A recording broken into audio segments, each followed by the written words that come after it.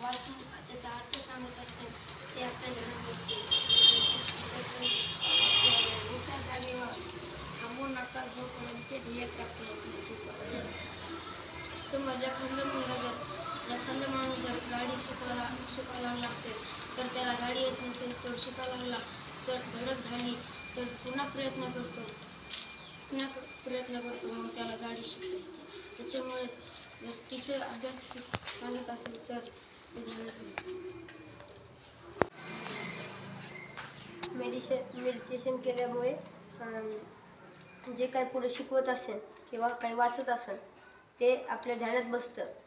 आणि मला याच्यातलं एक वाक्य आवडलं ते म्हणजे उठा जागे व्हा थांबू नका जोपर्यंत ध्येय प्राप्त होत नाही. कारण आपण जर एखादा मुलगा जर असाच पाय चालत असेल पडून तो पुन्हा चालायला शिकतो.